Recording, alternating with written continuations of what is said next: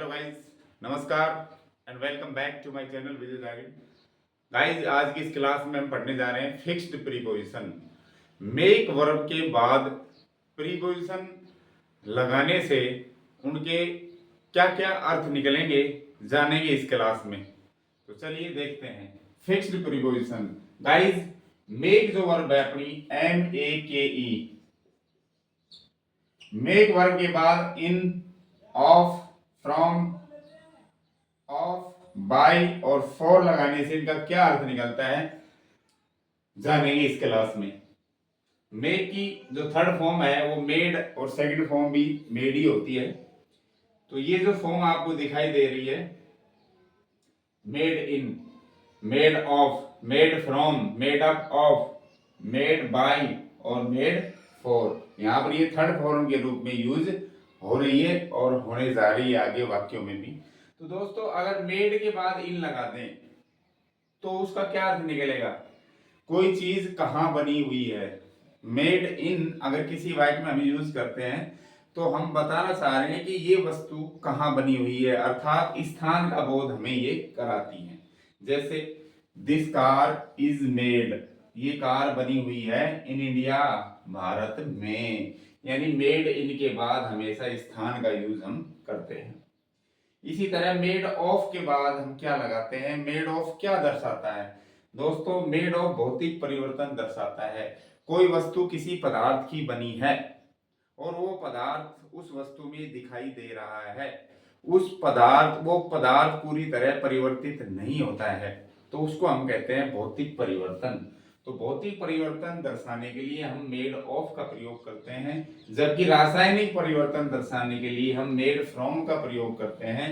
इसमें कोई वस्तु किसी पदार्थ की बनती है तो वो जो पदार्थ है पूरी तरह परिवर्तित हो जाता है, उस वस्तु में वो पदार्थ दिखाई नहीं देता है। उदाहरणों से समझेंगे। जैसे मैं कहूं ये टेबल बनी हुई है लकड़ी की, तो जब ये टेबल बनी तो लकड़ी उसमें गायब थोड़ी हो गई, लकड़ी हमें अब भी दिखाई दे रही है, तो इसको कहते हैं भौतिक परिवर्तन। लेकिन मैं कहूं जो चीज है, पनीर है, वो बना होता है दूध से, तो क्या पनीर में फिर वो दूध दिखाई देता है? नहीं दिखाई देता, पूरी तरह वो परिवर्तित हो जाता है। इसको कहते हैं रासायनिक परिवर्तन, फिजिकल चेंज और केमिकल चेंज। तो दोस्तों, मेड ऑफ के बाद वो पदार्थ आता है जिसकी वो वस्तु बनती है, लेकिन वो पदार्थ दिखाई देता है बनने के बाद भी, वस्तु के निर्माण के बाद भी। मेड फ्रॉम के बाद वो पदार्थ आता है जिससे कोई वस्तु बनी है, लेकिन वो पदार्थ, ये वस्तु जो बनी है उसमें वो पदार्थ दिखाई नहीं देता है, रासायनिक परिवर्तन हो जाता है। तो मेड ऑफ के बाद भी पदार्थ मटेरियल लगाते हैं, मेड फ्रॉम के बाद भी मटेरियल लगाते हैं। फर्क क्या है? वस्तु के निर्माण के बाद पदार्थ दिख रहा है तो ऑफ लगेगा, वस्तु के निर्माण के बाद पदार्थ नहीं दिख रहा है तो फ्रॉम लगेगा।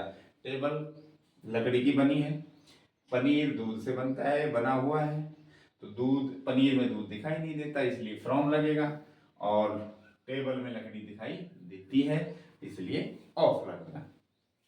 अगला है दोस्तों मेड अप ऑफ।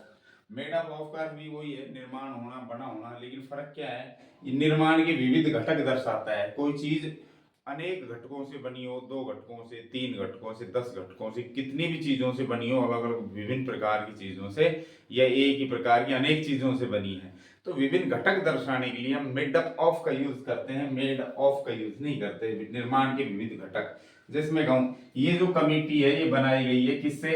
एक आदमी से, एक औरत से, 2 बच्चों से, तो अलग अलग घटक हो गए ना, एक तो है नहीं। ये जो कमेटी है एक आदमी, एक महिला और 2 बच्चों से बनी है। ये मैं कहूं the cricket team is made up of 11 players. Cricket team 11 जो खिलाड़ी हैं उनसे बनाई जाती है, उनसे बनती है, तो कई घटक हो गए, एक से अधिक घटक। तो एक से निर्माण के अर्थ में एक से अधिक घटक दर्शाने के लिए हमें मेड अप ऑफ का यूज करते हैं। ठीक है।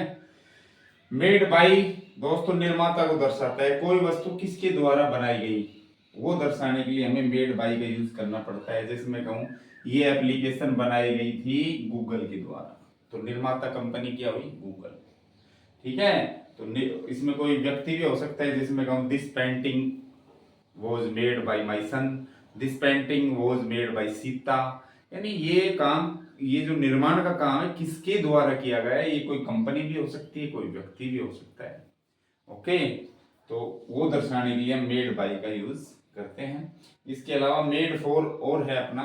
मेड फॉर का मतलब किसके लिए बनी, ये चीज किस लिए बनी, किसके लिए बनी, अर्थात निर्माण का उद्देश्य बताने के लिए मेड फॉर का यूज करते हैं। जैसे मैं कहूँ they are made for each other, वे एक दूसरे के लिए बने हैं। या मैं कहूँ these shoes are made for running, ये जूते दौड़ने के लिए बने हैं, दौड़ करने के लिए बने हैं। तो दोस्तों मेड फॉर का यूज उद्देश्य बताने के लिए करते हैं। ये छोटा सा अपना वीडियो, आशा करता हूँ आपको अच्छा लगा होगा। अच्छा लगा तो चैनल को लाइक करें, चैनल को सब्सक्राइब करें और वीडियो को अपने दोस्तों के साथ शेयर करें। आज के लिए इतना ही। Thank you for watching this video.